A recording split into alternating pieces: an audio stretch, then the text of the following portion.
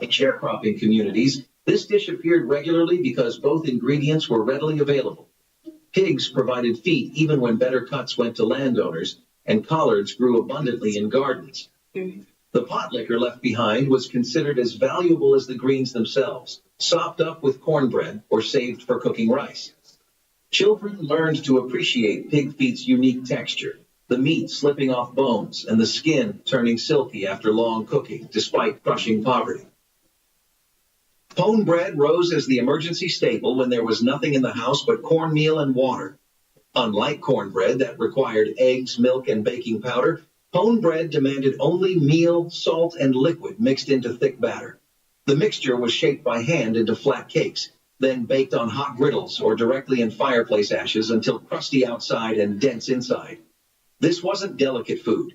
It was survival bread that filled stomachs and provided energy when nothing else existed.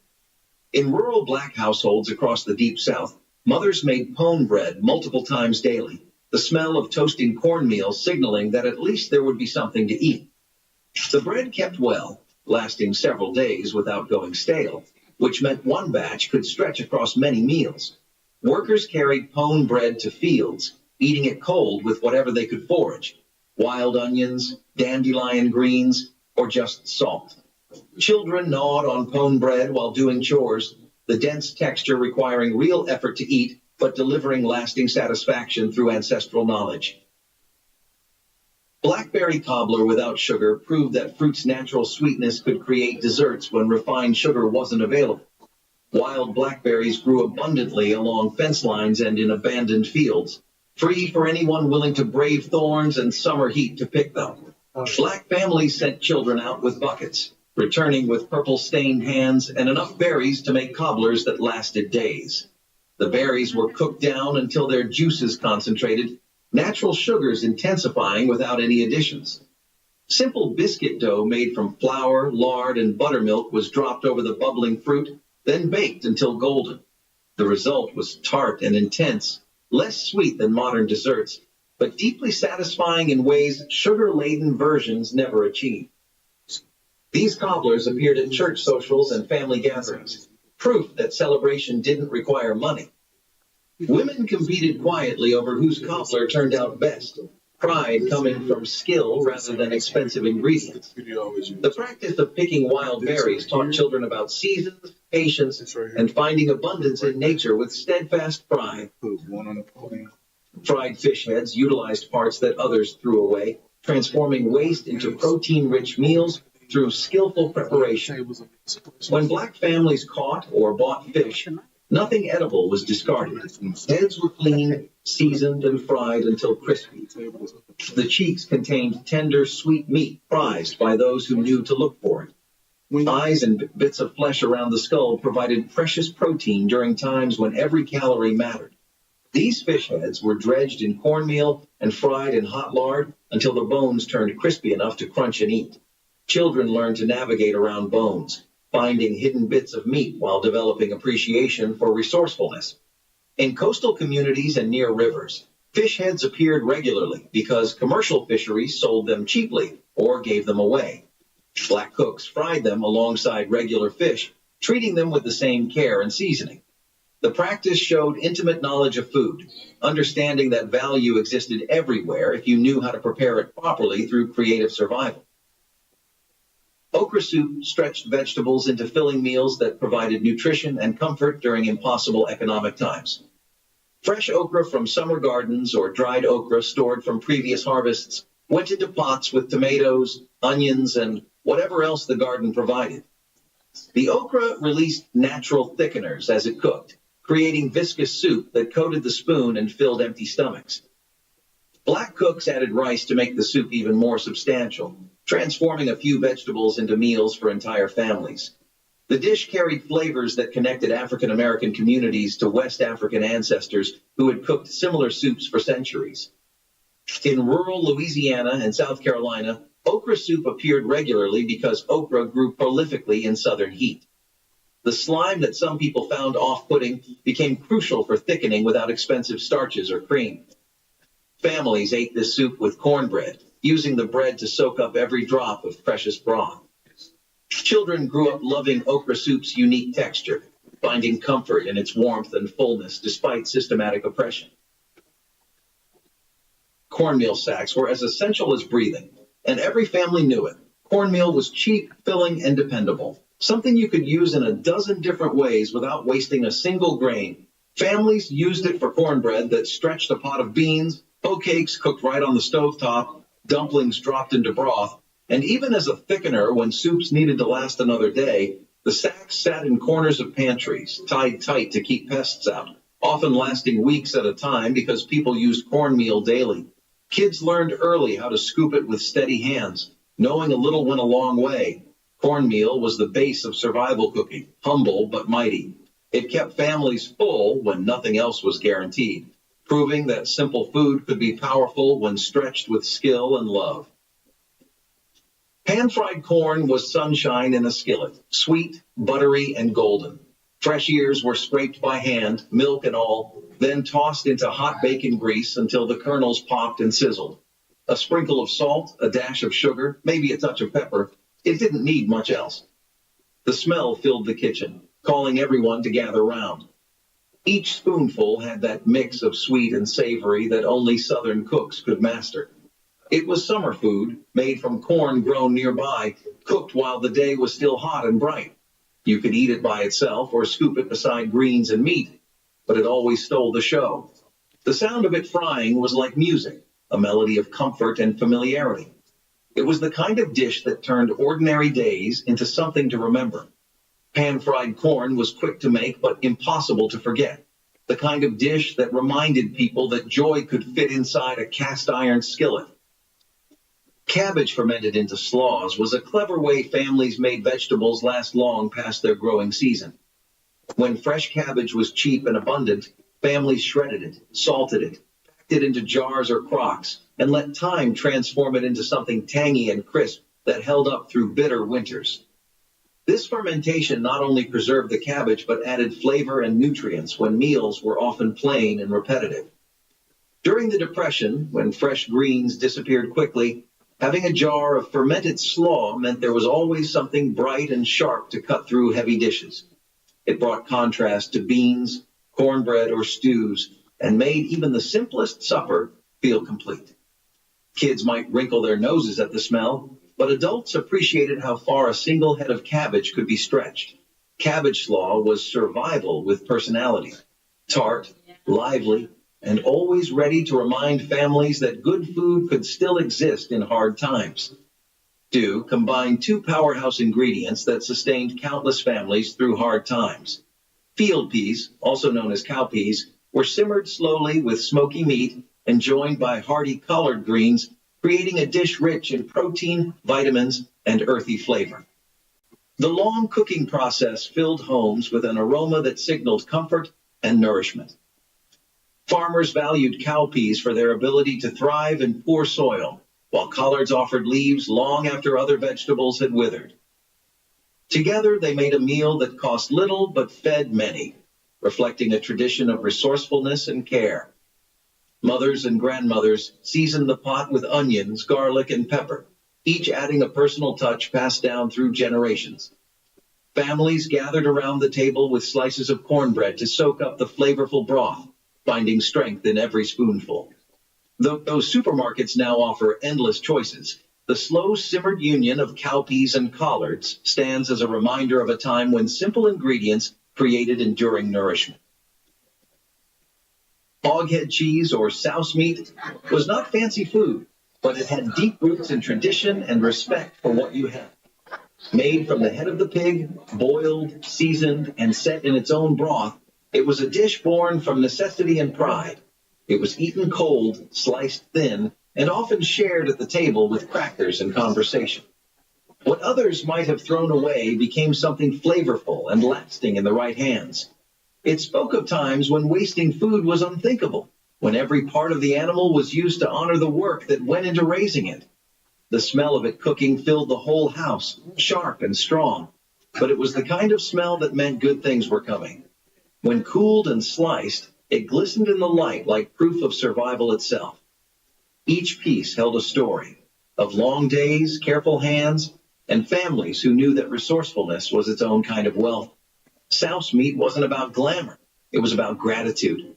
Even if you didn't grow up eating it, the story it told was universal. Make do, make it good, and never take a meal for granted. Dried pinto beans were one of the first things families stocked up on because they lasted forever, filled bellies fast, and cost next to nothing during a time when every penny mattered. These beans sat quietly in cloth sacks or glass jars on pantry shelves, waiting to turn into something warm and sustaining after long days of trying to get by. Pinto beans did not need much, just water, a little heat, and maybe a scrap of fat back if the kitchen was lucky that week. They simmered slow, softening into a thick pot of comfort that could stretch across several meals, sometimes feeding large families for days. Kids grew up recognizing the familiar smell drifting from the stove, a sign that dinner was going to be simple but steady, the kind of food that kept people moving through hard winters and harder workdays. Pinto beans were survival food, but they were also memory food, tying families together with the quiet understanding that something small and humble could carry you through. They were a backbone ingredient in countless homes because they worked every time, no matter how thin the pantry looked. Dried pinto beans did not just feed families, they steadied them. Fried green tomatoes were a porch-side favorite, a snack for hot days and easy laughter. Slices of firm green tomatoes were dipped in cornmeal, fried golden in a skillet, and sprinkled with salt while still sizzling. The result was crisp on the outside, soft inside, and just tart enough to make your mouth water. You could eat them standing up, still hot from the pan, or stack them high beside a plate of beans and rice. They were the kind of treat you didn't plan. You just made them when the garden gave too many tomatoes. The pop of oil, the hum of conversation, and the smell of cornmeal frying turned an ordinary afternoon into something special. Kids waited by the stove, stealing pieces when the cook wasn't looking, their fingers burned but happy. Fried green tomatoes weren't just about taste. They were about time, patience, and community. Their taste was bold but humble, a reminder of summers that felt endless and simple pleasures that cost almost nothing. Fried green tomatoes were living proof that good things come to those who cook from the heart. Peanut soup demonstrated the brilliance of using locally grown legumes to create filling, nutritious meals from almost nothing. Peanuts, grown throughout the South and often harvested by black farmers, were ground into paste and mixed with water, onions, and whatever seasonings could be found. The mixture cooked down into creamy soup that provided protein, fat, and comfort. This wasn't the refined peanut butter soup found in fancy cookbooks. It was rough, grainy, and honest, tasting of earth and survival. Black families made peanut soup regularly because peanuts stored well and could be ground by hand using simple tools. The soup filled hungry children before school and warmed field workers who came home exhausted after dark. In Alabama and Georgia, where peanuts were staple crops, this soup appeared so frequently it became associated with depression hardship. Yet it delivered genuine nutrition. Peanuts provided complete protein and essential fats that kept bodies functioning during starvation conditions with community support. Ash cake bread was born out of fire and hunger, a recipe that came alive in the heart of hard times. Cornmeal, salt, and water were all it needed. The dough was pressed together by hand and buried right into the hot ashes of a wood fireplace. It baked slowly, the outside hardening into a smoky crust, while the inside stayed soft, golden, and warm. When it came out, people brushed away the ashes, broke it open, and drizzled it with syrup or molasses. It had a taste that was both sweet and earthy, like the memory of home on a Sunday morning. Ash cake bread was a working person's meal, something you could make after a long day without needing an oven or a fancy pan. It was food that did not waste or wait, made for those who had nothing extra but still found comfort in what little they had. The smell of it filled small cabins and quiet kitchens, the sound of the crackling fire mixing with laughter or prayer. Every crumb reminded people that strength could grow even from ashes. Onion skin tea was one of those old remedies that could quiet both body and soul. When someone had a cough or a fever, or when food simply ran out, a pot of this humble tea came to the rescue. Dried onion skins were gathered from the corners of the kitchen, rinsed and steeped in boiling water until the liquid turned golden brown. The scent was sharp but comforting, a mix of earth and sweetness that filled the air with warmth. Some added honey if they had it, or a squeeze of lemon, but even plain, it had its own charm. People believed it could heal and strengthen, and maybe it did, because hope itself can be medicine. Onion skin tea was born from patience, brewed by hands that knew how to stretch every last bit of life from what they had. It was the taste of resilience and care, a sip that made you believe tomorrow might be gentler. Okra fritters with corn silk were the kind of kitchen magic that only came from necessity and imagination. In the long summer months, when the fields were full and money was not, people used every part of what they harvested. The corn silk that clung to the ears was not thrown away, but saved and shredded, added into batter alongside chopped okra, flour, and a splash of milk or water. When dropped into hot oil, the fritters puffed and crackled, their edges turning golden and crisp. The smell was something you could follow from down the road. Warm, nutty, and sweet with that faint scent of corn. Each bite was crunchy on the outside and tender in the middle, with little strings of corn silk that gave it texture and charm. They were served with syrup or vinegar, depending on what the family had, eaten right out of the pan when patience ran out. Okra fritters with corn silk were food born from care and cleverness, proof that waste had no place in a humble kitchen. Every family had its own version, passed quietly between generations, carrying the taste of late afternoons, hard work, and simple joy. They were poverty's poetry, fried into something worth remembering. Chicken feet soup proved that even the most unlikely parts could become nourishing meals through patient cooking. Chicken feet, sold for pennies or given free by farmers, contained collagen that transformed into rich, gelatinous broth after hours of simmering. Black cooks added vegetables, rice, and seasonings to create soups that filled entire families, despite starting with what others considered garbage. The feet's cartilage and tendons broke down into silky broth that coated the mouth and provided genuine satisfaction.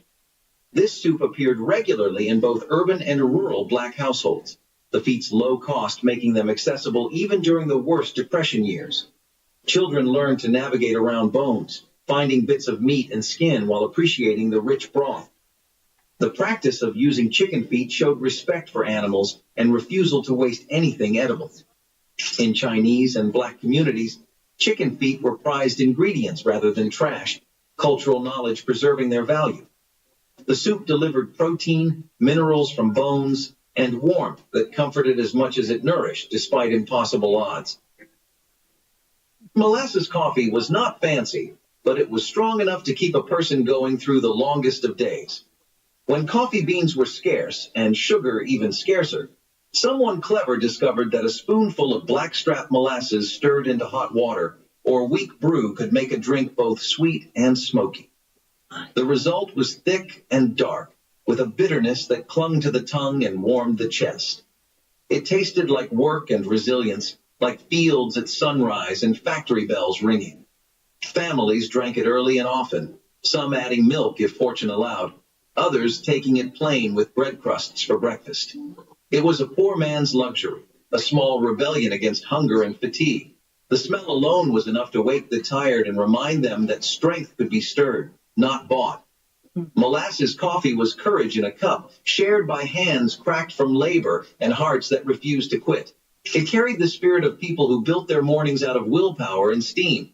Vinegar pie custard solved the problem of making dessert when eggs, milk, and fruit were all beyond financial reach. This wasn't the chess pie or buttermilk pie made by those who had dairy. This was water, sugar if available, flour, and vinegar mixed into filling that miraculously tasted almost like lemon when baked. Black cooks poured this mixture into simple pastry crusts, then baked until set. The vinegar provided tartness that balanced what little sweetness could be achieved, creating desserts that children actually looked forward to eating.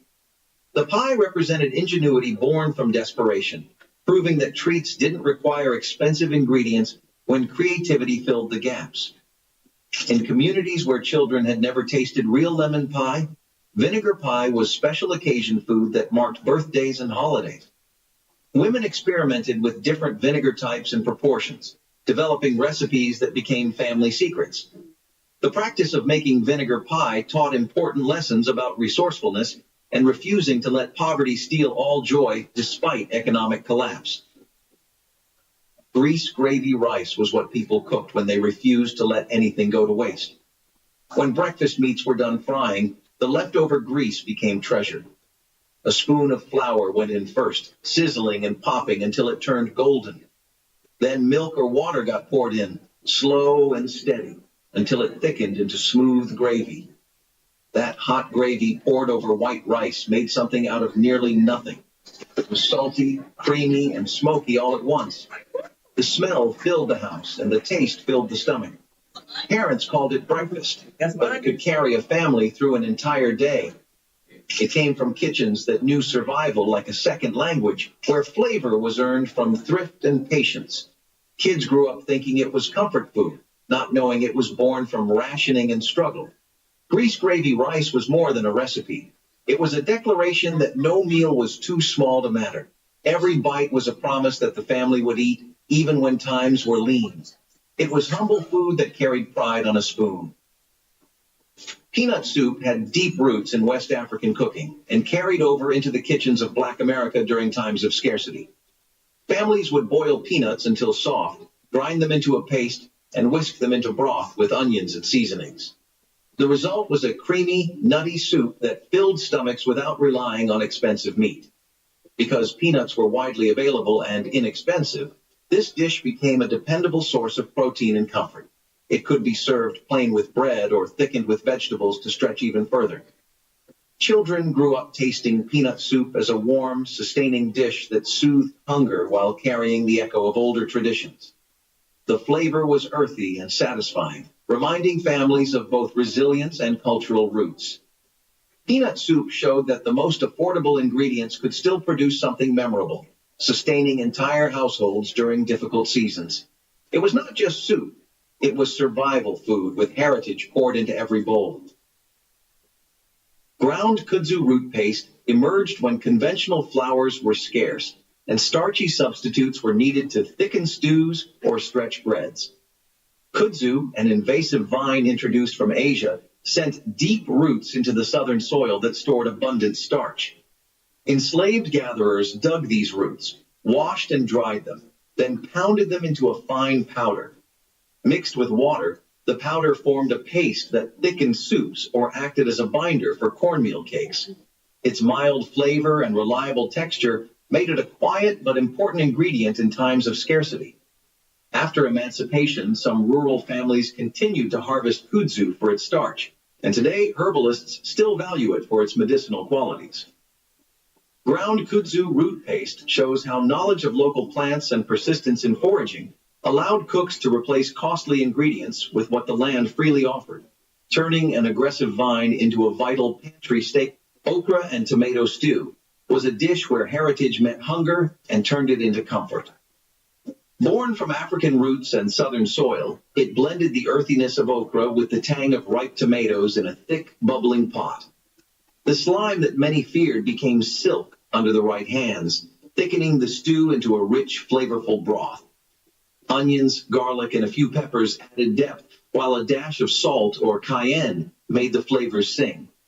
Families often served it over rice or ate it plain with a piece of cornbread, wiping the last drops from their plates. This dish wasn't just food. It was identity, a reflection of generations who made do and made magic. It connected farm to family, past to present, and hunger to heart. The smell alone carried memories of warm kitchens and laughter that refused to fade.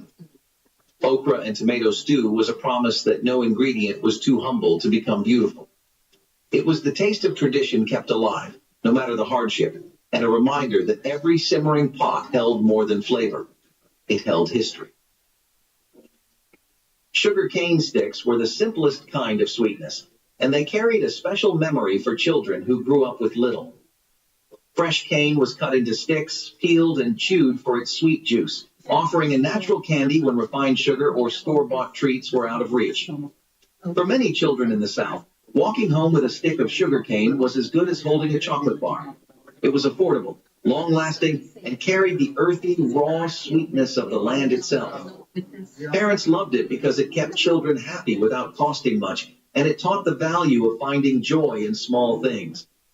Sugar cane sticks carried the reminder that sweetness did not need to come from a store, but from fields worked by hand. They were part of the rhythm of rural life, tied to harvests and family memories. Even in the toughest years, sugar cane sticks brought happiness. Persimmon seed coffee emerged when imported beans were rare or too costly for enslaved communities.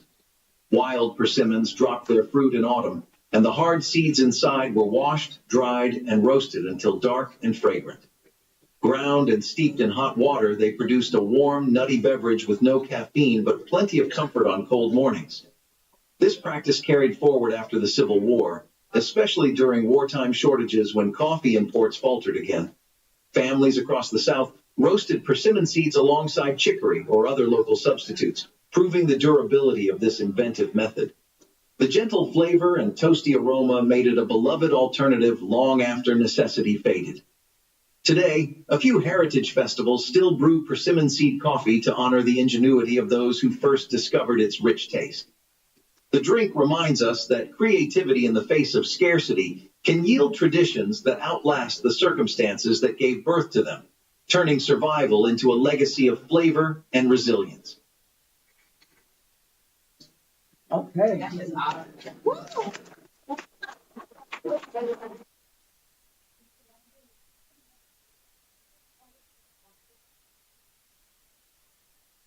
Okay, so for this video, I was like, oh my goodness, this is the video to show it talks about almost everything that I grew up, almost 90% of that you have actually eaten.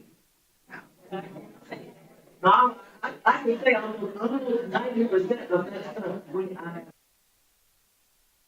or have heard about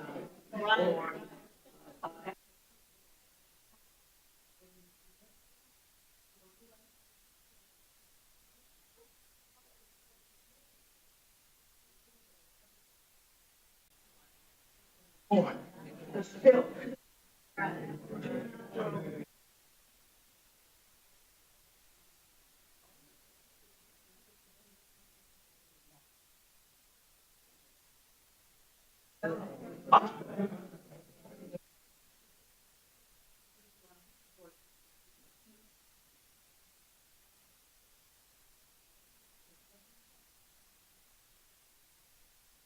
Right.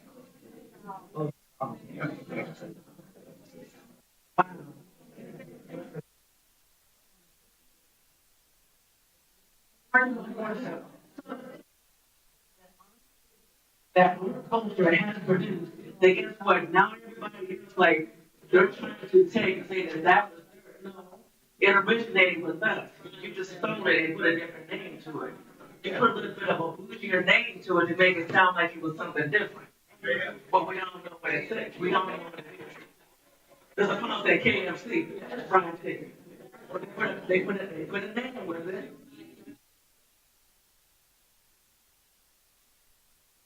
Yeah. Right. So you see, we are first world people. First world.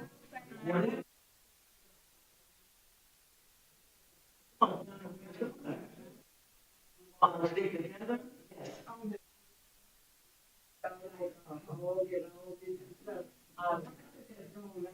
Oh yeah.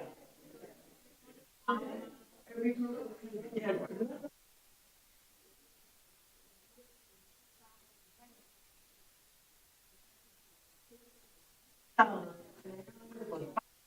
And 95%. I think they know.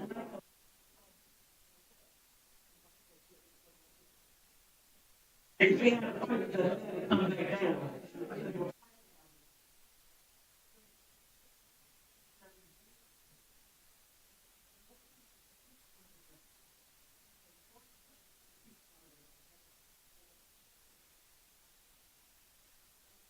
The roots are close. If you think back, you'll reach down and open way. the root to the dirt and the crust. Don't you know that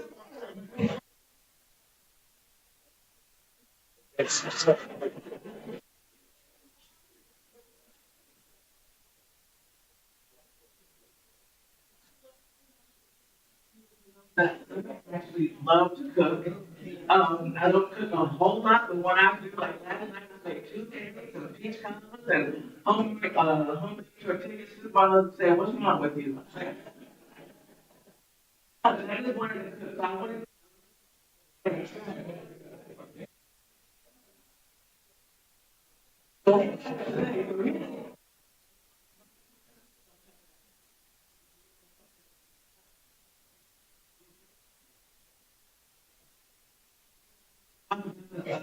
For the cookie fundraiser.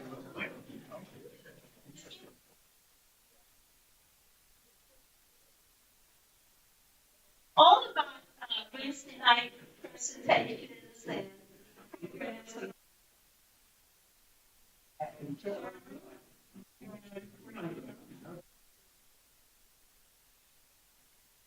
Wednesday. We are just he does the same thing.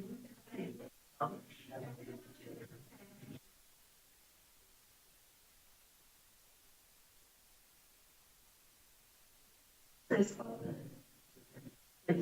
now we have cookies for sale.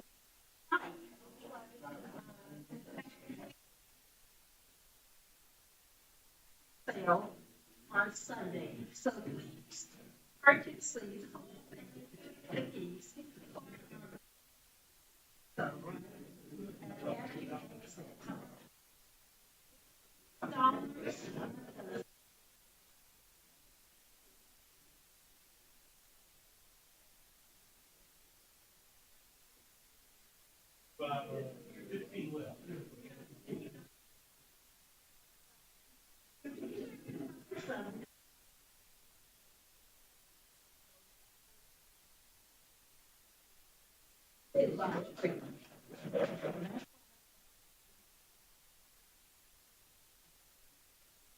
Okay, so you have to.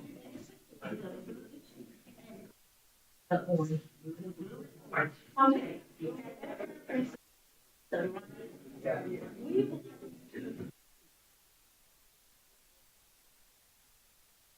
The person is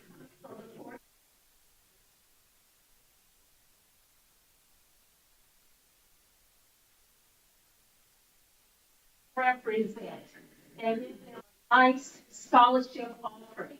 So I'm asking those who are graduating. We're going to be collecting that on present on Sunday. So if you were please, then we're appreciate it. We're going to close out.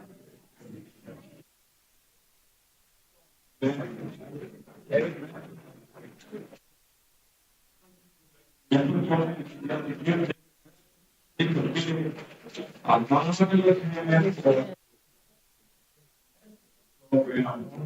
just sitting there thinking about, that foreign grad, and those beans. And, my grandmother used to eat the fish head. And of course, since I was, I mean, I had to eat the fish heads, and I want you to know the fish heads are good, Yes. Did you have a good time tonight? And let's do stand now as we prepare to be on tonight. Great. Thank you so much for the leadership of your first lady. She enjoys this, and of course, it's committed that she has. Really supports it, and I want you to know how much I appreciate you doing this for us. Heads bowed and eyes closed, Lord, we thank you for the legacy that is ours. Yeah. For our mothers and our fathers that taught us how to make it when times are tough. And we're living in some tough times right now. But we're not going to give up. We're going to find ways to make it just like they found ways to make it. And we're going to give you glory and honor because we know you're going to bring us through this. And that we're going to come out better as a result of having gone through it. Now, as we go down from this place tonight, may no hurt, no harm, or danger befall neither one of us. Give us a good night tonight. And we pray, Lord, for a better day on tomorrow. And now may the grace, love of God, sweet communion of the Holy Spirit, rest, rule, and abide, henceforth now and forevermore. And the children of God said amen. Amen. Be careful.